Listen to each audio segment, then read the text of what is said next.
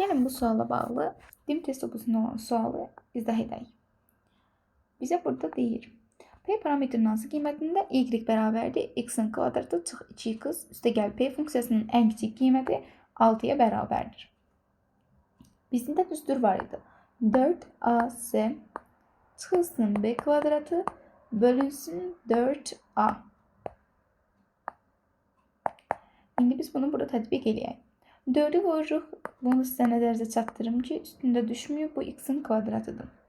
4'ü vururuq 1'ə, vururuq p'yə. Olur 4p. O da çıxılsın b'nin kvadratı, yəni 4. Bölünsün 4'ə, yəni a da qabağında 1'dir.